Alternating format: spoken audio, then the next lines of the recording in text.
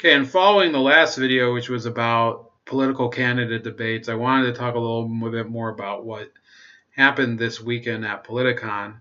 And I didn't see everything that was there, and I wasn't especially tuned in to what was happening. And also, by the way, I don't really watch videos on Saturdays until late at night because of the Sabbath, for those of you that don't know. But in any case, Politicon debates, I think, are an important thing. I think as an event, it is becoming more important.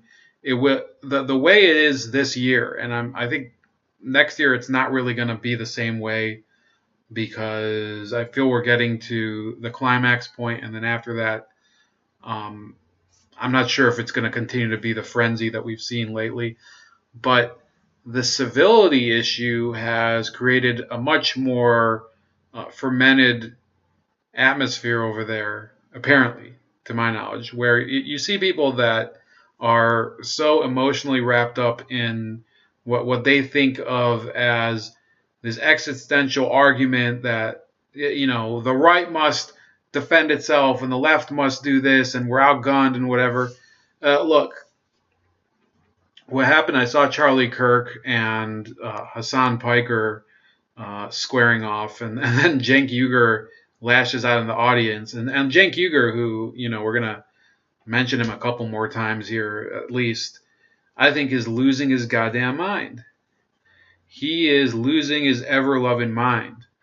And he better get a grip, because I think he's starting to realize that the whole basis for the model of society that he saw going forward is crashing and falling apart. And that deserves a little explanation. Okay, so Cenk Uygur's actual debate with Tucker Carlson was a good debate for Tucker Carlson. For Cenk Uygur was kind of a sideshow there. He didn't really make any big points. He was basically trying to trap Tucker Carlson by saying, "Oh, why don't you believe in federal regulation of election contributions and everything?" And instead of just lashing out and denying things that Cenk Uygur was doing, Tucker Carlson was really just toying with him as if he was some sort of mouse or something, and saying, "Yeah, absolutely, there should be limits to there could be limits to financial contributions, money in politics, for example," which was only one issue that they were talking about. But the real issue, and Tucker Carlson made like a very compelling argument that was, he used a lot of charisma and a lot of appeals to the audience about the danger of big tech taking over and telling people what to think and managing their lives.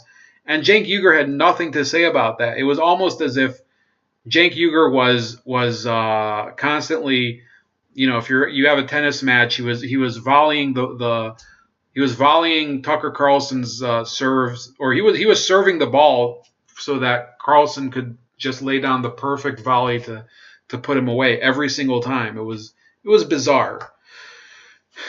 And at the beginning, the whole immigration thing, Cenk Uygur, like is typical of people of his persuasion, was trying to portray people who do want limits to illegal immigration as racist. And instead, what Tucker Carlson did, which was, I'm not sure a lot of people can do what he did.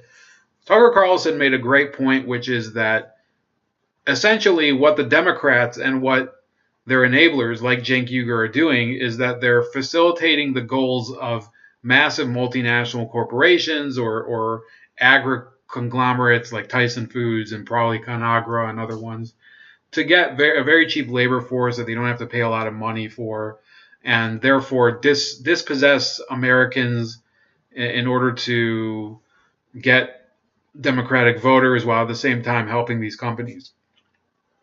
And what did Cenk Uygur have to reply to that? Well, he didn't really make any points.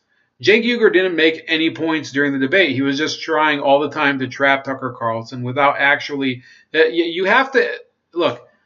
I would say that if you can't describe your own vision when you're arguing with somebody else, if you can't provide your own alternative, it's very difficult for you to win. You basically have to depend on the other side being an incompetent moron. That wasn't the case here. Cenk Uygur looked completely and utterly flabbergasted, and he was just sitting there half of the time listening to Tucker Carlson, who I think was piss drunk anyway, expound and wax philosophical about all sorts of issues like whether language really defines a nation and stuff like that. And I think everybody enjoyed it despite Cenk Uygur and not because he was part of the debate. So that was a huge fail on his part. And then there's other issues that cropped up that I saw a bit of during that debate, which was, or not that debate, but other ones. I saw the one on socialism between, it was Kyle Kulinski and three other people, Anna Kasparian, David Pakman, Bakari Sellers. There was also Marcus Melitsas who was on that panel. And that was a sad spectacle because they didn't really address whether socialism was the way forward at all. They were basically complaining that you had basically this is the idea that I'm trying to say about some of the wrong ways to debate. When you steer the debate away from actual beliefs and methodology going forward, beliefs and policies and all that, and make it all about pragmatism and strategy for winning elections, which is what they did in that debate. I think people came away saying, well, we don't really know what this party wants to do, and a lot of people don't. A lot of people have no clue what the Democrats, if they came to power, what would be their agenda, because of course they still accept corporate PAC money. They still do a lot of things that the progressive base that still remains in the party, they disagree with. So I would say that the debate that I saw, and I did listen to the whole thing between Kulinski and Bakari Sellers and other people, that was pretty much a picture of how incompetent the Democrats and the progressives are over the past 2 years and before that. They just don't have the real cohesion to act together and really present a coherent vision at all. It doesn't really make any sense. The Republicans, on the other hand, when I watch a lot of these Republican candidates, I think that for whatever reason, even though a lot of them have very different ideas, a lot of them, for example, are very pro-free trade and everything, they are able to kind of lay down their spears against each other and link arms and work together. You don't see that as much between certain wings of the Democratic Party and the progressive movement. You still see, as happened during that debate, you still see sniping between the neoliberal wing, which Sellers represented, ironically the only minority on the panel, unless I guess Anna Kasparian is still Armenian, I guess. And then you have Marcus Melitsas, I think is Greek. But really, you're talking about a spectacle that happens on the left where they suddenly realize that much of their coalition, the broad rainbow coalition that has been built over the past 40 to 60 years since LBJ, is collapsing. Okay, you do see some minority people crossing over to the Republicans or becoming independents or voting for a third party or not voting at all because fuck it. So they have that issue that their whole ethnic strategy is just crumbling in some parts of the country. Then they have another issue, which is the conflict between socialism and neoliberalism. And then there's the issue of, can they even trust each other? And that's what happened. There was an altercation, apparently, not a physical altercation, but a verbal altercation between Cenk Uygur, again, not only against Charlie Kirk, but against a person who's not a Politicon personality like the other people. He's not a debater. He's not an ideologue or whatever. Tim Pool is just a guy. Tim Pool is just a guy who makes videos observing current events and giving his own personal perspective. He talks about being a social liberal, he's a pro-choice person. He's pro-gay rights and stuff like that. He's a little. He calls himself a little to the right of Bernie Sanders and whatever. But in general, he does want social safety nets and things like that. And he apparently, and it's not apparently, he had a video a few months back where the Young Turks were smearing him for going on Dave Rubin's show, because now they're convinced that Dave Rubin and his ilk are basically some sort of they're called the intellectual dark web. But the Young Turks would have you believe there's some sort of basically this regressive cabal of people who have stabbed progressivism in the back, and now they're ready to go to work for the Koch brothers and bring back, fracking. And this is not exaggeration, by the way. They do believe that people like Dave Rubin are tools of the Koch brothers to manipulate ex-progressives into imposing some sort of dystopian, corporate-run libertarian future. And they're freaking out about it. So when Tim Pool asked him, why did you include me in this nonsense? Because, Tim Pool went on Dave Rubin's show just to talk about his work as a journalist, not necessarily to offer, a social platform of any sort. Cenk Uygur basically freaked out at him and told him that he was a right winger and that he'd gone nuts, lost his mind, and that he was a Trump supporter and everything. All things that are not true. If you watch Tim Pool's videos, unless he's some sort of bizarre charade where he pretends not to be a Trump supporter while actually validating everything Trump says, which in some cases it does appear that way. But unless that would be true, unless you could prove that he's lying in what he's saying and he's only acting as if he's not a Trump supporter. Tim Pool literally says in video after video after video that he is not a Donald Trump supporter, that he would probably vote for Bernie Sanders, and that he's really dismayed at the state of the left because he would rather have a left-wing candidate that he could vote for as opposed to somebody, having to trust somebody like Trump whose policies he doesn't really agree with. I don't think for example, he doesn't agree with him on immigration, but he also doesn't want open borders. Tim Pool also, he's against cuts to Social Security. I think he's pro universal health care, things like that.